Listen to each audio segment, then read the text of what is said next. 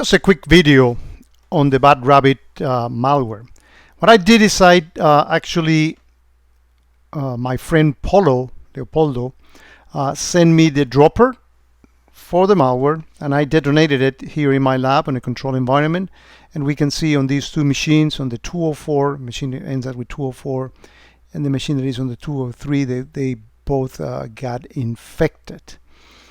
And I had my QRadar system basically with just the Sysmon content pack, and I want to show you something interesting. Well, first of all, many rules in QRadar, even without the Sysmon content pack, detonated. Particularly, notice that this malware uses a list of user IDs and password, very interesting, and is doing a brute force attack on trying to do logins, and QRadar by default detects that. Also, these rules scan followed by successful login preceded by, notice that these rules are standard rules in QRadar, and it detected that activity. Very nice. But there's also rules that this is actually one of the rules that is part of the Sysmon content pack that detected. And notice the sequence of events, actually extremely good. So here we see, and something that we have said in previous videos, that we don't know what the malware is going to do, but sure it's going to be trying to do some of these things that we actually see in here. And that's part of the beauty of the Sysmon content pack with QRadar that can help you detect those things.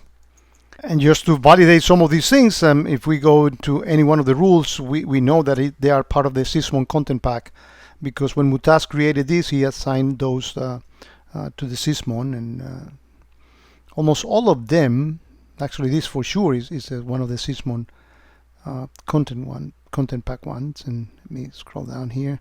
Yeah, sure, is one of the Sysmon. So again, Sysmon with the QRadar content pack is something that I think we should put in there, because again, we don't know how the malware is going to be working in the future, but sure it's going to be doing some of these messy things. And well, in the topic of Sysmon, one thing that you may notice is that when you deploy the Sysmon content pack, some of these rules can easily give you false positives. And the idea is, the logic is here, and you can actually go ahead and determine which rule you want to have enabled and which rule you want to have disabled. Particularly, there are some rules that Mutas created that do an attempt of creating a baseline. Let me find some of these. This one, for example, that actually are disabled by default. Baselining names to hash. So this is actually collecting. The idea is to put your system, your rules first to be tested with a system that is kind of normal, kind of a golden image, stuff that is normal, and then have those hashes and those things to be added into the reference set, so they are basically whitelisted. Once you are done with it, you disable these rules, so your baseline is good, and then the rules will whitelist some of the process. There are some things like, for example, you may have some programs that normally dispatch processes from the temp directory. Well, if that is the case, you may want to whitelist those. You may have programs that legally use, maybe legally is not the right word, but that normally and properly execute PowerShell. You may have some, for example, BigFix doing some PowerShell here and there, and that's a valid thing. So you need to whitelist those. So make sure that you do tune your rules. That's part of your normal system. Also, I just want to make sure that you are aware that within the content pack, it's in the documentation, but within the content pack, Mutas also included some searches.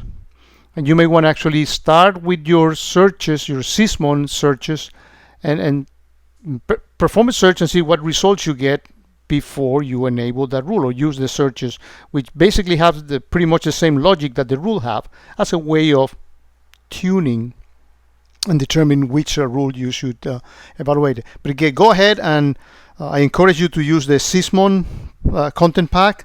The videos that shows you all the steps how you do that and how you add those to WinCollect or whatever it is that you're using to bring the Windows logs is there, because the malware is going to keep on coming, and you know, when they try to do these sophisticated actions, you want to catch. And also, I'm sure that this Sysmon content pack is going to keep being enhanced with more, you know, detection of more bad behavior.